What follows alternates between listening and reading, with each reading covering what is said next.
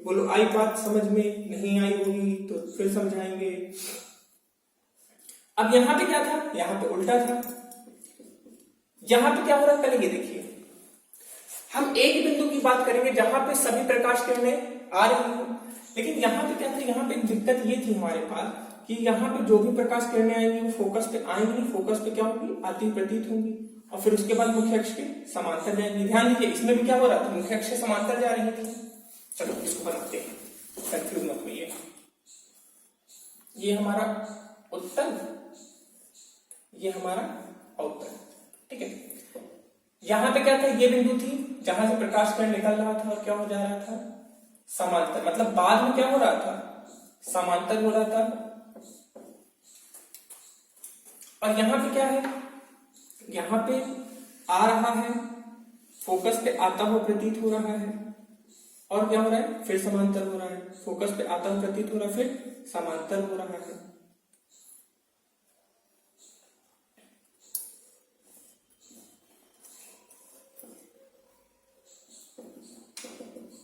Clear बात।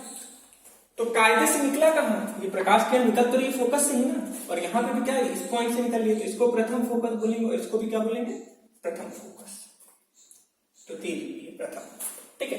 द्वितीय का क्या केस था कि जब प्रकाश किरण मुख्य अक्ष के समांतर आए तो वो उस बिंदु पर एकत्रित हो जाए। ये यहां पे आया एकत्रित, ये यहां पे आया एकत्रित, ये यहां पे आया एकत्रित, यहां पे आया, यहां पे, यहां पे आया, यहां पे, यहां पे आया, यहां पे, मतलब सब कहां एकत्रित हो रहे हैं, थोड़ा गड़बड़ हो गया, सब कहां पे एकत्रित हो रहे हैं, जिस बिंदु पर एकत्रित हो रहे हैं उसी को क्या बोलेंगे, द्वितीय फोकस। अब हम अवतल का भी जल्दी से डिस्कस कर लेते हैं, ठीक है। अब यहां पे क्या होगा बताइए, मुख्य अक्ष के समांतर आएगा, मुख्य अक्ष के समांतर है लेकिन भी बाहर चला जाएगा। देखिए इस चीज की बात अभी अगले लेक्चर में और ये चीज क्लियर हो जाएगी, सर ये आप कैसे बना रहे हैं, क्योंकि यहाँ पे जिस तरह दर्पण में हमने आपको 3 नियम पढ़ाए थे, यहाँ पे भी 3 नियम है और वो नियम पढ़ेंगे तो ज्यादा इजी हो जाएगा। बट ये था तो हमने पहले प्रथम द्वितीय बता दिया, इसको आप लोग सेकंड लेक्चर देख लीजिएगा, अगर कंफ्यूजन अभी ये कैसे जा रहा है फिर आप इसको देखिएगा, ठीक है। तो यहाँ पे क्या, ये सब बाहर चले गए, तो इनको पीछे लाएंगे, एकत्रित करेंगे, इसी बिंदु पे तो एकत्रित हो रहे हैं, इसे हम क्या करेंगे, द्वितीय फोकस। क्लियर बात। तो यहां पे ये चीज हमारा खत्म हो गया, यहां पे जितने भी चीजें टॉपिक थी हमारी कंप्लीट हो गई। एक चीज और देख लेते हैं जल्दी से, फोकस दूरी।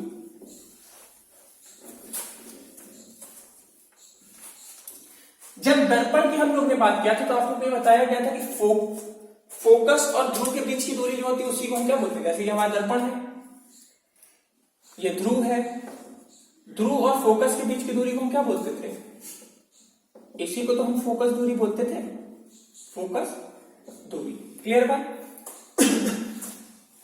ये उत्तल लेंस है, इसका प्रथम फोकस इधर किधर, इधर होगा, इसका इधर द्वितीय होगा, तो ये हमारा क्या हो जाएगा, फोकस दूरी, और ये भी क्या हो जाएगा, फोकस दूरी। क्लियर बात, फोकस दूरी, फोकस दूरी, कोई दिक्कत इसमें नहीं। हम अवतल का भी समझ लें,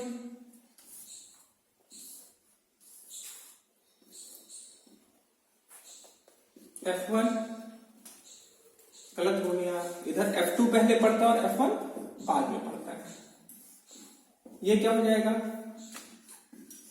फोकस दूरी कहां से कहां तक, F2 से प्रकाशिक केंद्र के बीच की जो दूरी होगी उसी को हम क्या बोलेंगे, प्रकाशिक, अरे फोकस दूरी। यहां पे क्या था, फोकस और ध्रुव के बीच की दूरी को क्या बोलते हैं, फोकस दूरी। यहां पे ये क्या हो जाएगा, फोकस दूरी। क्लियर है बात।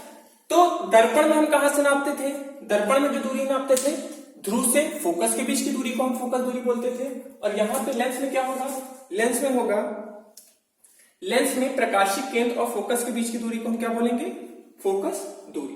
क्लियर है बात। अब हम बात करेंगे, इतना चीज क्लियर हो गया। अब हम अपने यहां पे आज के एकदम लास्ट टॉपिक की बात करेंगे, दो चीज की, एक है हमारा अभिसारी लेंस और एक है हमारा अपसारी लेंस।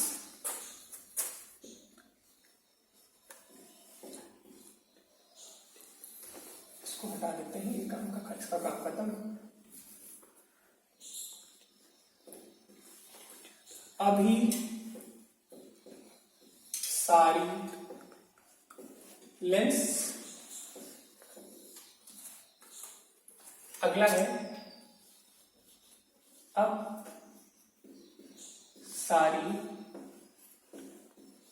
लेंस। क्लियर है? अब अभिसारी और अपसारी पढ़ने के पहले अगर आपको ध्यान हो तो आपने दर्पण में अपसारी पुंज और अभिसारी पुंज दोनों पढ़ा है। याद हो अगर आपको तो? नहीं याद है? चलिए हम बताते हैं। देखिए, जब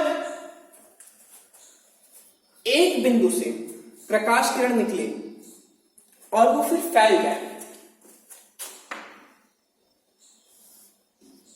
एक ही बिंदु से निकले और वो क्या हो जाए? फैल जाए, तो उसे हमने क्या नाम दिया था? अपसारी प्रकाश पुंज दिया था। और जब एक ही जगह पे आके एकत्रित हो जाए,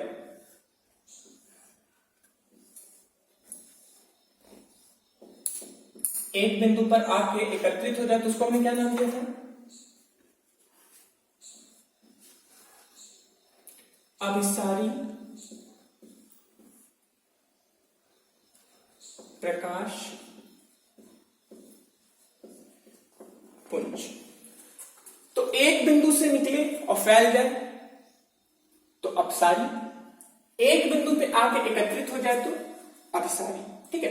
अब देखिए यहां पे जो हमारा उत्तल लेंस है, कौन सा लेंस? उत्तल लेंस। उत्तल लेंस के मुख्य अक्ष के समांतर जितनी भी किरणें आएंगी वो सब की सभी कहां पे एकत्रित हो जाएंगी? फोकस पे। प्रथम फोकस बोलना चाहिए तो वो भी आप बोल सकते हैं।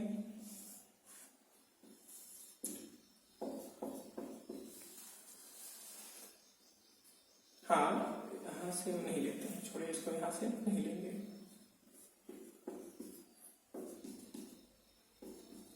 ठीक है? तो यहां पे क्या हुआ? एक बिंदु पे एकत्रित हो गया, मुख्य अक्ष के समांतर जितनी प्रकाश किरणें सबके सभी एक बिंदु पे क्या हो गई?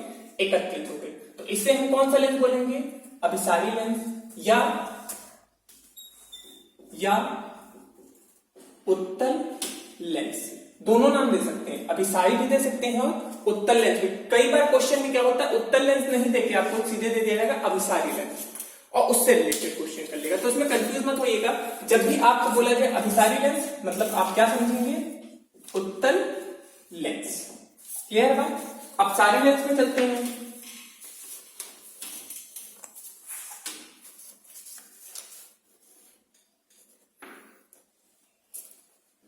मुख्य अक्ष समांतर आया, फोकस से चलते हैं।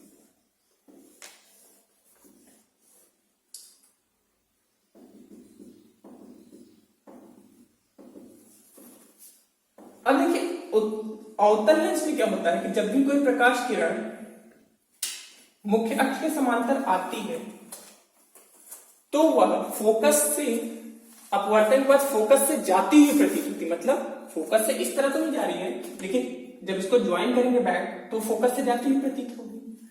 मतलब जितनी भी प्रकाश किरण बाद में अपवर्तन के बाद वो कहां एकत्रित हो जा रही है? जितनी भी प्रकाश किरण है अपवर्तन के बाद वो एकत्रित हो रही है फोकस पे। तो वही एक बिंदु से निकल रही है, मान सकते हैं इसको, क्योंकि जितनी है सब यहीं एकत्रित हो गई तो एक ही बिंदु से निकली। यहां पे भी एक बिंदु से हो गया और यहां पे क्या हुआ? एक बिंदु पे एकत्रित हो रही है। क्लियर है क्या? तो अपसारी लेंस को हम और किस नाम से जान सकते हैं? अपसारी लेंस को हम बोल सकते हैं अपसारी लेंस या अवतल लेंस। अभिसारी लेंस या उत्तल लेंस। क्लियर बात? कोई दिक्कत नहीं होनी चाहिए। उत्तल लेंस जब भी हम बोलेंगे तो उसको हम अभिसारी लेंस भी बोल सकते हैं। अवतल लेंस जब भी बोलेंगे तो हम उसको अपसारी लेंस भी बोल सकते हैं। क्लियर है बात? इन चीजों को आप लोग थोड़ा सा क्लियर कर लीजिएगा। लास्ट के जो टॉपिक है, 2 टॉपिक है, मतलब अपसारी लेंस या प्रथम फोकस, द्वितीय फोकस, उसमें कुछ चीजें ऐसी हैं जो नियम वाली बात थी, जो अगले लेक्चर में हम लोग इसको पढ़ेंगे। तो अभी अगर ये चीजें नहीं समझ में आ रही तो इसको एक बार पढ़ के छोड़ दीजिएगा, सेकंड लेक्चर देखिएगा, फिर आके दोबारा इसको देखिएगा तो आपको ये चीज और क्लियर हो जाएगा। तब तक के लिए थैंक यू। पढ़ाई करिए, नोट्स बनाइए।